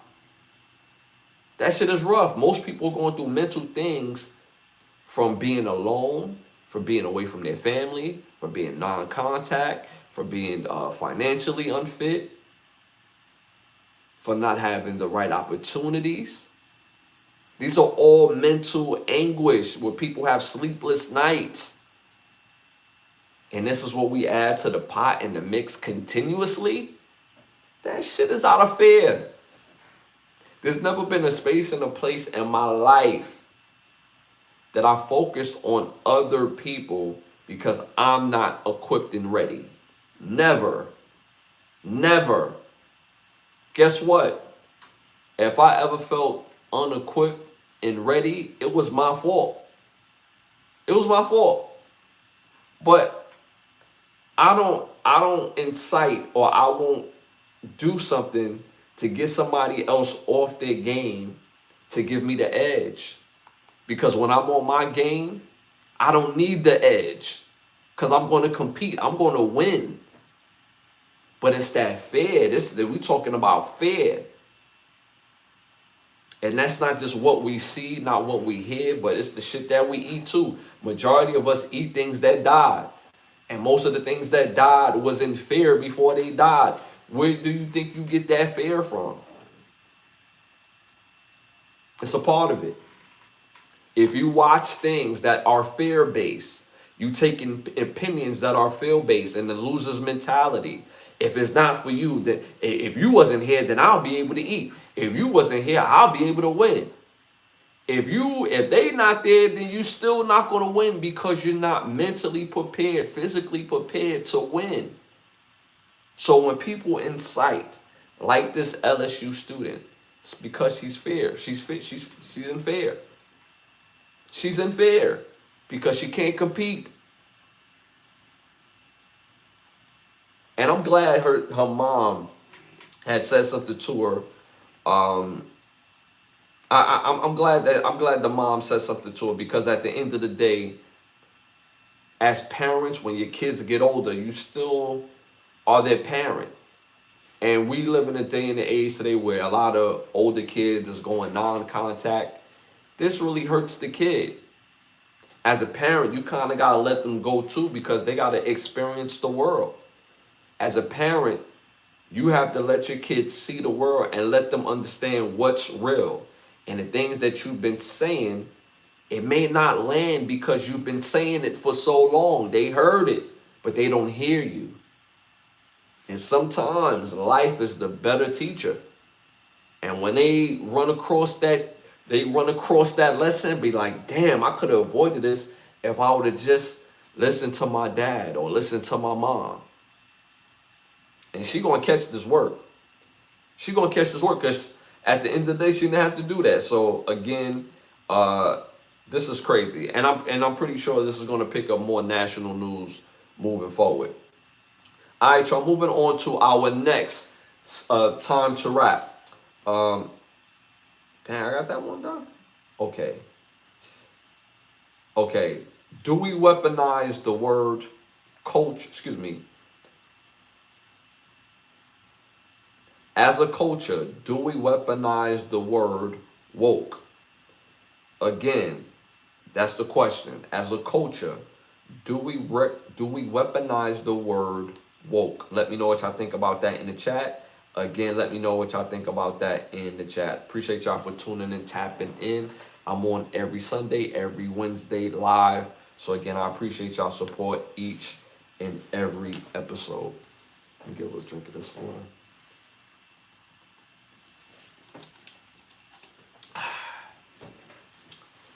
I'm going to say yes. As a culture, we absolutely weaponize this word. We weaponize a couple words in our culture. And it's become a part of our own algorithm. When we use it, it takes on a new meaning. And woke is one of those words that is just a double-loaded word that is just weaponized at this point. And again, it goes back to fear. When we don't think that somebody thinks the same way that we think, oh, you not woke, bro. You not on top of your game, sis. We use it to divide and conquer. If you're not on the same type of time as everybody else, it's just sheep's-like mentality. When we tell people from day one, when you're a kid, if your friends jump off the building, are you going to jump off the building? So in essence, what that means, do you have your own mind? So do we weaponize this word woke? Hell yeah. Hell yeah. Anything that we feel is not on code, and mind you, our codes is different because we don't carry the same values. We all go for something, and we all stand for things. Well, I won't say we all stand for things, but There's a lot of people out there that go for stuff. Like, for example, COVID happened. There's a lot of people that took the jab. A lot of people that took the jab. And there's some of us that didn't. Value system hits different than what we hear. Oh, yeah, you don't know what you've been putting in your body all these years, so why start now? What? People dropping like flies. You don't know what they're putting in your body? Like, what are we talking about? So when people go for things and they weaponize words so you don't go for those things, that's exactly what I'm talking about. That weaponization, that especially with the word woke. Because when you use the word woke, I'm woke, you feel like you're connected to the culture. You feel like you're a little bit so-called black. It's just nasty work. And then most people that say it think they righteous when they say it. Shout out to Keesaw. It's absolutely weaponized. It's the wildest part of that woke literally originated in black culture, so-called black culture, decades ago, as a phrase meaning to stay alert to systematic injustice. That is a fact. That is a fact. But I say this all the time: words matter, and words do adapt and take on whole new meanings. Same thing with flags. Same things with words. Same things with rulings. It adapts. It take on new meanings. I remember the word spicy. I remember when the word spicy first came out. Hey, you acted kind of spicy. And when you said that, somebody like saying that they acting like they acting tough, or they could be acting homosexual. It was like double worded. Now, 2026, it's kind of like exclusively for acting homosexual, where he acted kind of spicy. Words do take on, it do adapt. So I definitely agree with that. It was to stay aware of social injustice. That's a fact. We don't use the word woke regarding social injustice anymore. We use the word woke as a sense of weaponizing somebody else if we don't feel like they moving attached to the culture. And that's more feeling based than logic based. I feel this way. I feel like you should be rocking with us just because, without having a real logical answer, a real logical proof, and logical ideals. So we definitely weaponize that role. Shout out to Keesaw. Now it's used as a generic weaponized catch all by media companies, politicians, and anything that I don't personally like. That's a fact. I agree with that, Keesaw, as well. I agree with that as well. So shout out to my dog Keesaw. Let me pin that as well. Pin that up. That's a fact. Shout out to my dog Keesaw. Again, y'all hit them likes, hit the 100s. It definitely helps with the growth of the show. We're on the road to 20,000 subscribers. We're a little over 14. So again, I appreciate this. Is episode 286. That's a lot of episodes, y'all. So again, we over here cooking. Appreciate y'all as always. All right, y'all, moving on to our next time to rap. Donnell Jones and Joe versus. Donnell Jones and Joe versus. It went down, and it was all right. It was an all right versus. Where do I start with this? It was an all right versus. Both Donnell Jones and Joe are both legends in the R&B space. That is the absolute fact. Legends. But there was a performance component, in my opinion, that was lackluster. And that's on both artists. A part of it was the presentation of verses. What I mean by that is this. Verses look beautiful, but I don't know who idea was to put people on stage behind them, where they was actually sitting in chairs behind Joe, behind Donnell Jones as they're performing. I don't know who idea it was, but you got to pick the right people to be on stage to be a part of the performative visual when you have verses.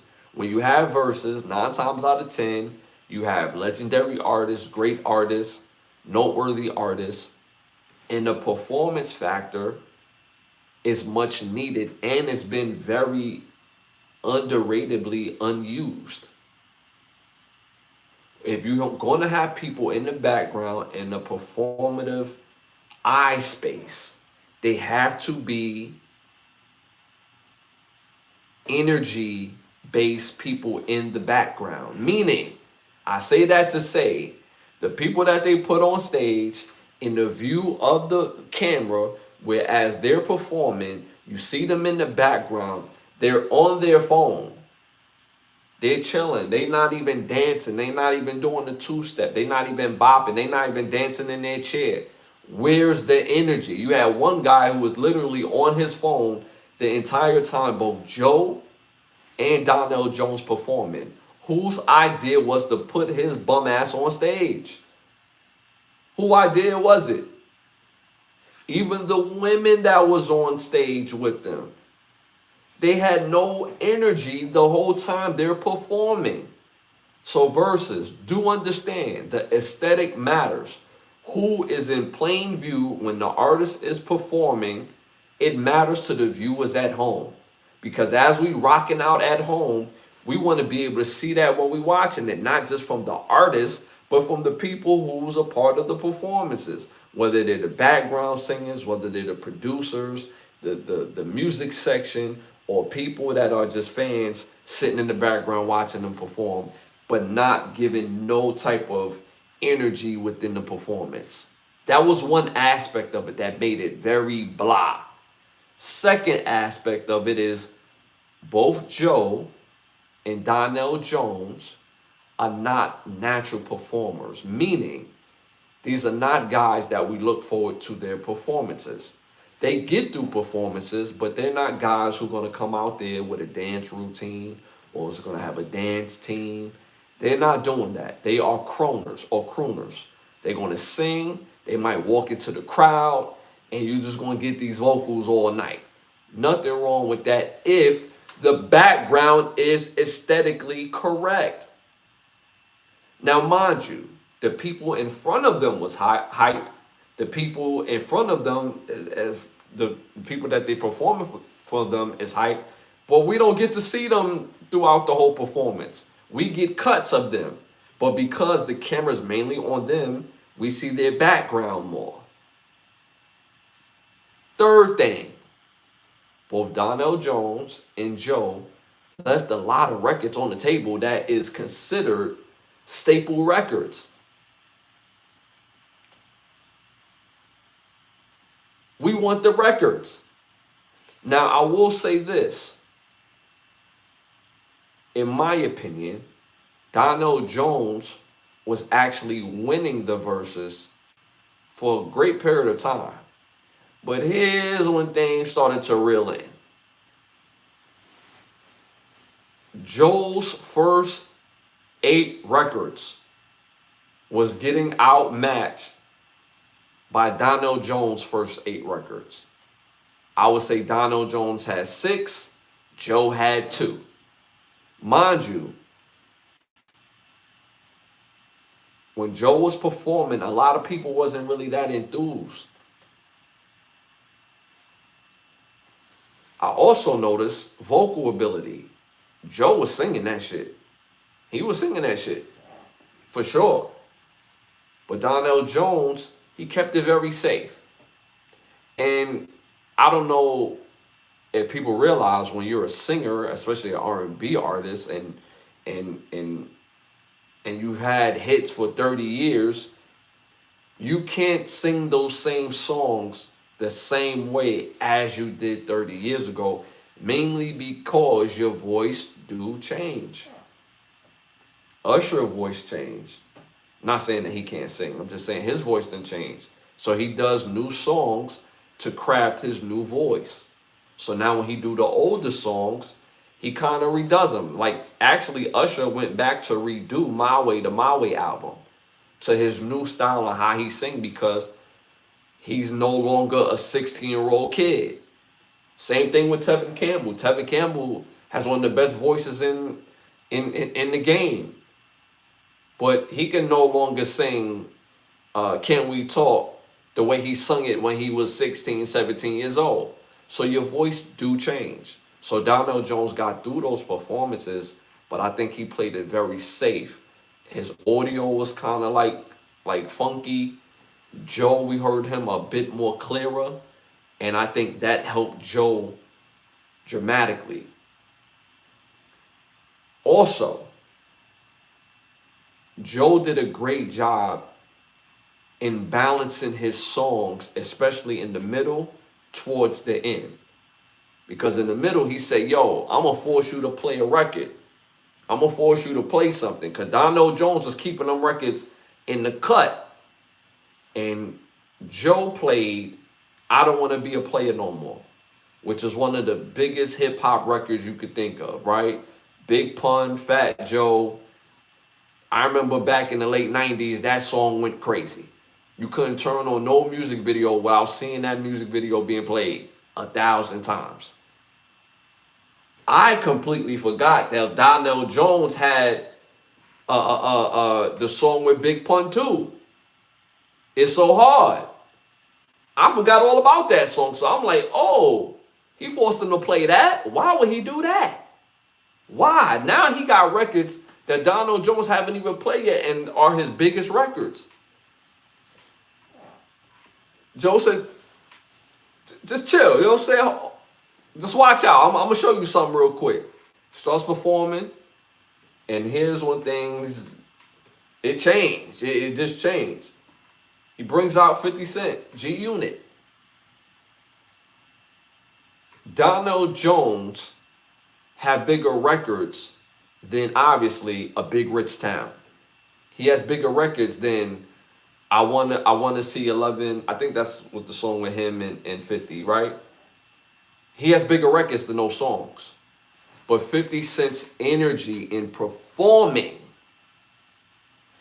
when you get 50 to come on stage, especially in a versus capacity in an R&B battle, yo, like, even if you have bigger records, his energy, you can't match it because there's a performance element in the versus space that you just have to match. And if you don't match it, guess what? You're going to take the L burger. And I believe once 50 Cent came out and that energy was through the roof, he didn't do one song. He did two. And the energy of 50's presence changed the complexity of the verses. So Joe did win, for sure. Joe did a great job with his vocals. The performance in itself is very dry. Like, again, he's not a dancer. He's not a performer. You know, he's not going to put together a routine. Whereas, you know, like it's a part of the performance. Is very underwhelming. But Donnell Jones, his performance style is very underwhelming as well. But Donnell Jones have these type of album cuts and big records that people still love and revere. But overall, was it a good versus? I'm going to say it was overall because Donnell Jones is a legend. Joe is a legend. Regardless, the records that they did play and didn't play, you're still going to play both of those artists. You're still going to play both of them no matter what. You're still going to love the records that they played and didn't play. So, was the versus a success? I would say so overall. I would give that versus a solid, I would give it a B minus, C plus. That's solid. That's a solid. And I'm giving that mainly because these are legends. And I love their music. I love Donnell Jones left a lot of records. And also what messed Donnell Jones up too, because this is why Joe was catching up before he brought out 50 Cent. Darnell Jones started letting other people perform. So he had the song Think of You by Usher. He let his background singer do the song. No disrespect to the background singer at all, because the background singer can sing, but he's not Usher. People don't go to your background singer tour. We don't know who he is. It's not a diss to him. He can sing, but he's not Usher. So if Usher's not singing that song, he messed up right then and there by letting him perform. Nobody cared about him singing. And his vocals was good, but his vocals was safe. We didn't walk away thinking like, damn, who's that background singer that sung Think of You for Usher? Because Usher wasn't there. Nobody thought that, but we thought that he could sing and it was very safe. But we didn't care. We didn't care. Okay, now Joe is catching up. Then he brings out 702. 702 is another legendary group. I'm not going to diss 702 for real. It was a legendary group, but I'm going to keep it real. The performance was very lackluster. And they tried. They you know, Chocolate Sister was looking good. Like, I ain't gonna hold you. She was looking real good, right? But their performance, much to be desired. And that particular song, Darnell Jones had better songs than that he did not perform. Again, you're letting Joe come back into the verses. So now when you have lackluster performance, and then you have people who also have lackluster performances, even though Joe is very underwhelming in his performance, his vocals is allowing for that energy to creep back, and he's playing songs that matter. When Usher's not performing that song, guess what? It doesn't matter. 702 come up there, they tried, but it wasn't hitting. So overall, I'm gonna give that versus a solid B minus, C plus overall. But I'm not gonna lie to you. I'm not gonna lie. I haven't been lying, but I'm not gonna lie to you. The next verses that I think we should get, if we're talking about R&B, I would love to see a Case and Carl Thomas verses. Again, some more legendary R&B guys who have a lot of big records, who also have a lot of dope album cuts as well. I think that would be something fire.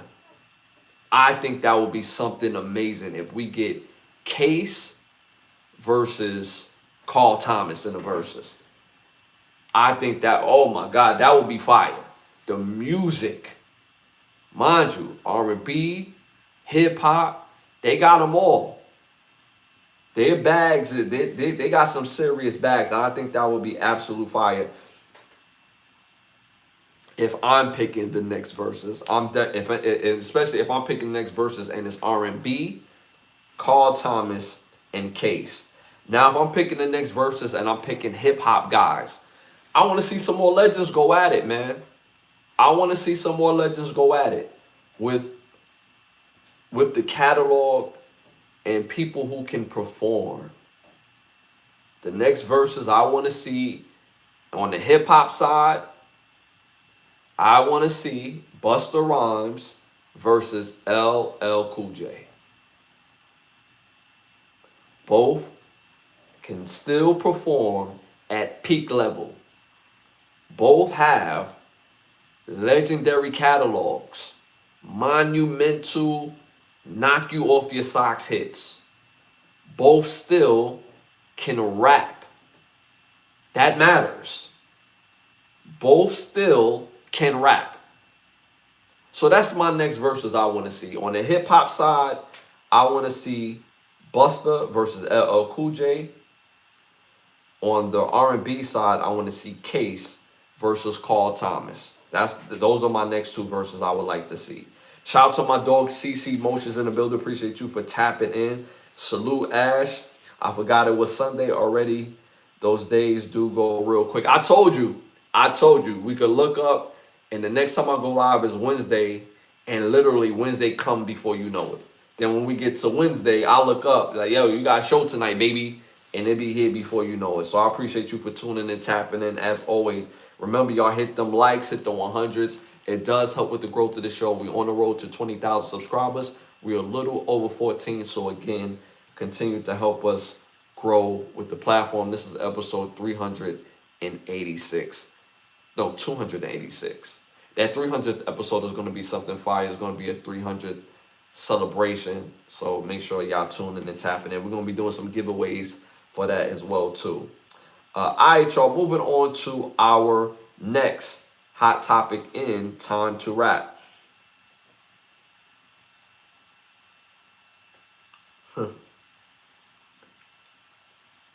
Why is the culture being ignored in the news space through social media? Let me know what y'all think about that in the chat. Or why is the culture in the news space is being silenced through social media? Let me know what y'all think about that in the chat. And when I say culture, again, I substitute the word black. I hate using that word because we're not muddy, we're not dirty, we're not stinky, we're not less than, we're not 3/5, we none of those things. So I don't like using the word black. So that's why I say culture. But for you to understand the question a bit better, why is black news being silenced by social media or through social media? Again, let me know what y'all think about that in the chat. If you don't know, there's a lot of things that's been going on in our communities worldwide that big time media has not even thought about to cover. But as a culture, we got to stay on code, right? We got to stay woke, right? We talked about the word woke earlier. But things like Gary, Indiana, not having any power for like 9 to 11 days. How do a whole city not have power for 9 to 11 days? How do that happen in the most free and the richest, supposedly richest country in the world? How? And we're not the richest country in the world when it comes to money, but y'all get the point that I'm making. Free will and having the ability to have free reign, right? How do that happen? How?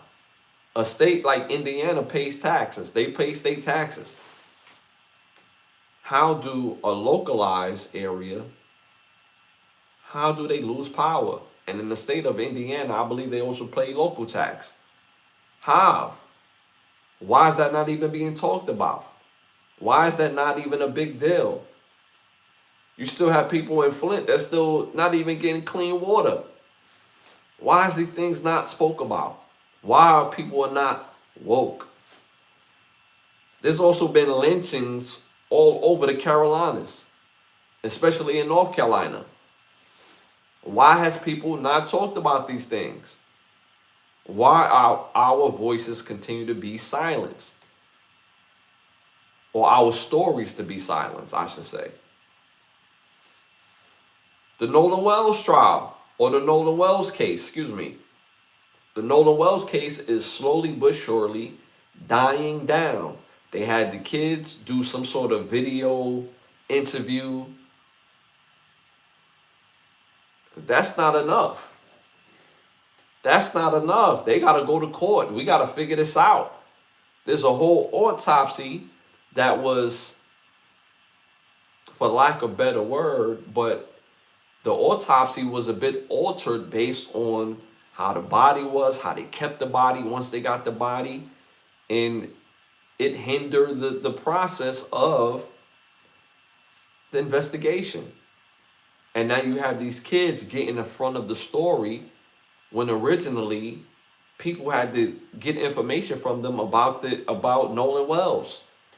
Why do you have his cell phone? Where is he? Oh, I thought he was back. But if y'all thought he came back already, and they clearly hear y'all on an emergency call, why play that game with the family?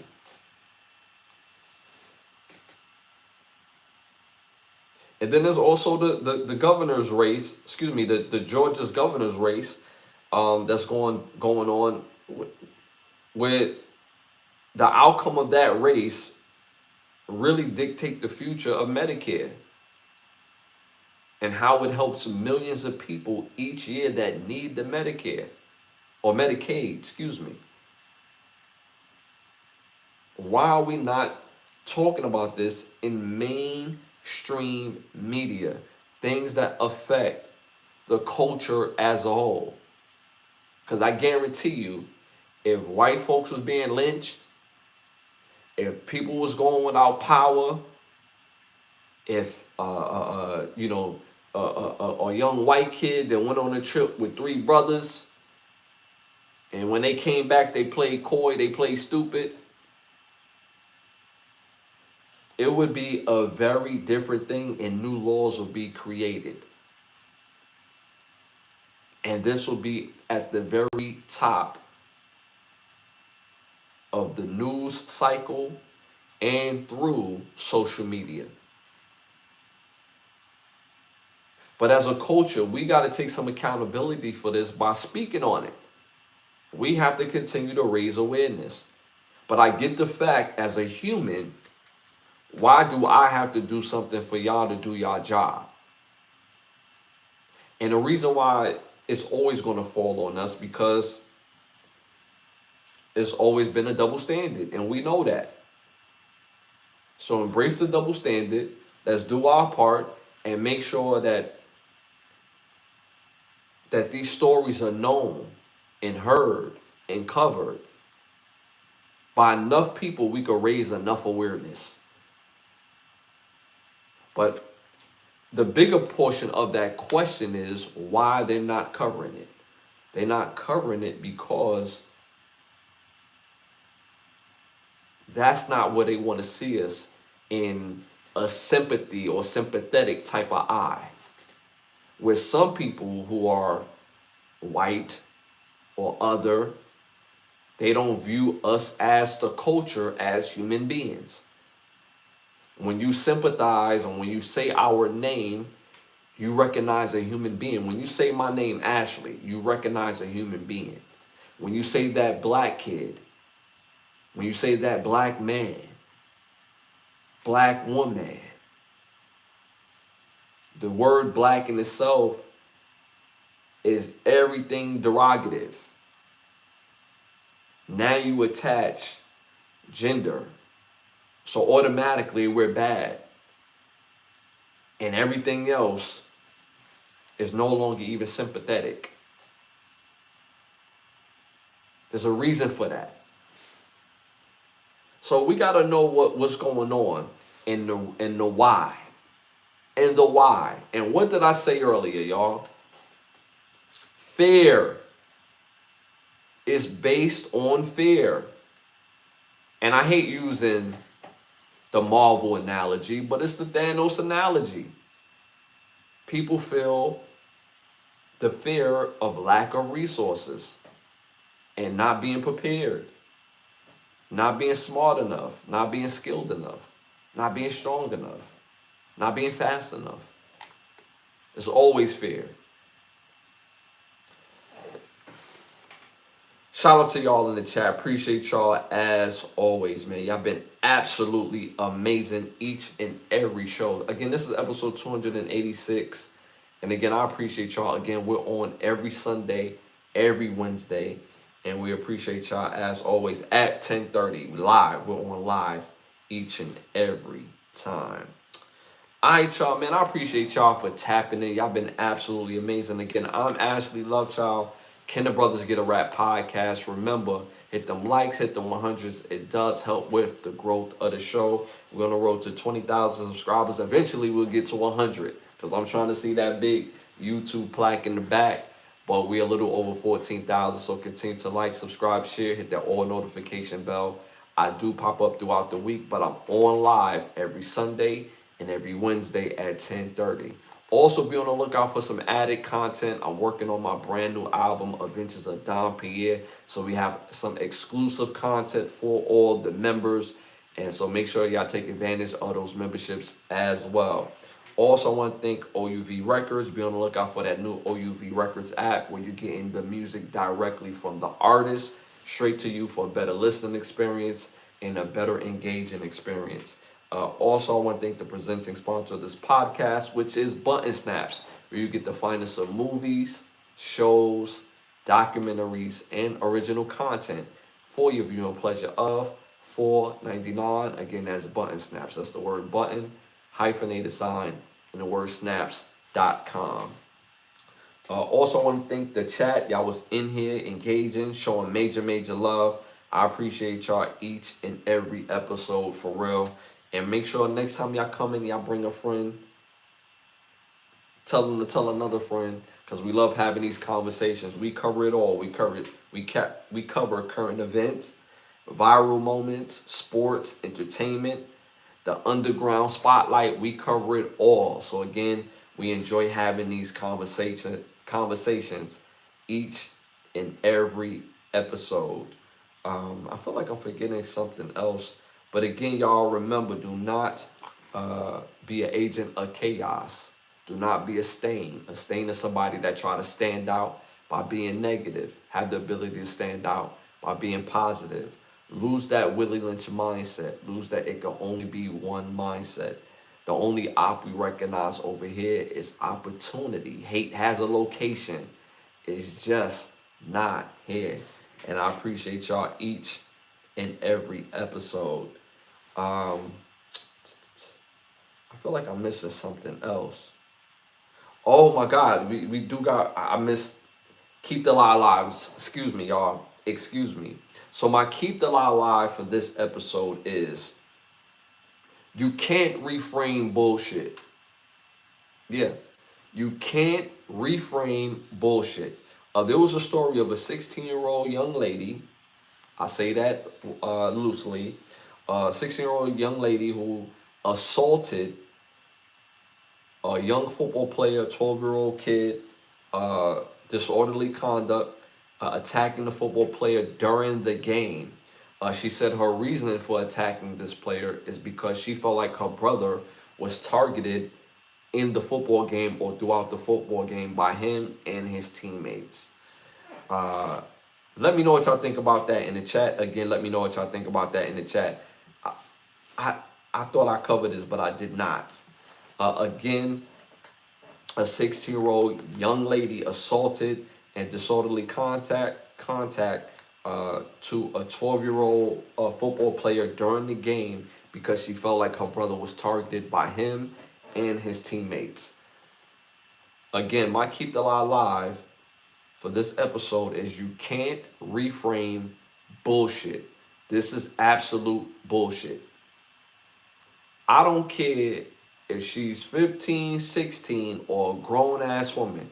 You have no business running on the damn field. Keep your ass on the sideline or in the stands. Because that football player would have been wrong if he would have took his helmet off and start hitting you with it. He would have been wrong. Or if his teammates would have jumped you, he would have been wrong. They're playing football. They're playing football. There's nothing you can do that the coaches, referees, and team administration can't do. And do it in a manner where you don't get charged criminally. That's not your lane to be jumping on the field, to be fighting 12-year-old kids, 13-year-old kids. That's not your lane. Because if they would have turned around and beat you down, they would have been all the way wrong. Completely out of pocket. And not only one thing, you're choosing to assault another person's child. You're choosing to do that. They're playing football. They're playing football. Guess what? In football, people get targeted. That is one of the underlining reasons why guys play football. They want to hit. Oh, you was talking? Okay, cool. Bet when this ball hike, I'm coming for you. We have those conversations on the field. You in the stands, you don't hear none of that. We don't even hear y'all in the stands for real. These young boys is being young boys by playing football. And you coming on the field? If your little brother was being targeted, like you say, wouldn't the coaches had situated that situation? Wouldn't the refs situated that situation? The administration? And you think coming on the field justified the fact that in assaulting that kid justified the fact. You can't reframe bullshit. I hope she gets charged. And I hope she gets found guilty. Because you're going to learn a hard lesson. I don't care how young she is or how old she is, she need to learn that hard lesson. And I might be in the minority by saying that. I don't care. I don't say things for people to agree with me. I say it because it has to be said. This is a hard lesson she got to learn. This is assault. What they was doing was playing football. What they was doing was playing football. What you do on the football field is not considered assault for the most part. Now, if two players start fighting and they take their helmet off and they hit each other, then it's considered assault, but it's in the realm of sports. It's in the realm of sports. But you don't see that by and large when players are playing and they take their helmet off to hit each other with it. It don't work that way. They're playing football. So, okay, your little brother was targeted. So what? So what? It's football. Guess what? He has the ability to target them back. His teammates have the ability to target those players back or protect him or protect each other. That's a part of football. It's hitting. It's about being aggressive. It's about pushing and hitting each other. That's a part of the game. So that reasoning, nah, I'm not jacking that at all. You can't reframe bullshit. And I call that bullshit. First class bullshit. So, shout out to those players. They did not react when the young lady jumped on them. The young lady, I say that loosely, when she jumped on him, he did not react. He did not fight back. He backed up and let the adults be the adults in the room. Let the coaches, the administration handle that situation. You play football. You hit people on this football field. Now, like, what type of message do that send? If you're watching the game and because we don't like what's going on, we feel like we have the right to attack somebody or attack a kid for that? Come on, man. Now, if your brother was doing the assaulting, if your brother was winning some of those battles, if he was winning some of those hits, if some of his teammates was targeting some of the other players, would you have ran in the stands to do that? I mean, ran out of the stands to do that? Exactly. So, yeah, you can't reframe bullshit. And that's my Keep the Lie Alive for this episode. Again, I appreciate y'all for tuning and tapping in. Y'all been absolutely amazing. I did my ending credits by accident. I thought I had covered everything, but I appreciate y'all. This has been episode 286. And again, I appreciate y'all support each and every time. Again, I am Ashley Lovechild, Can the Brothers Get a Rap podcast.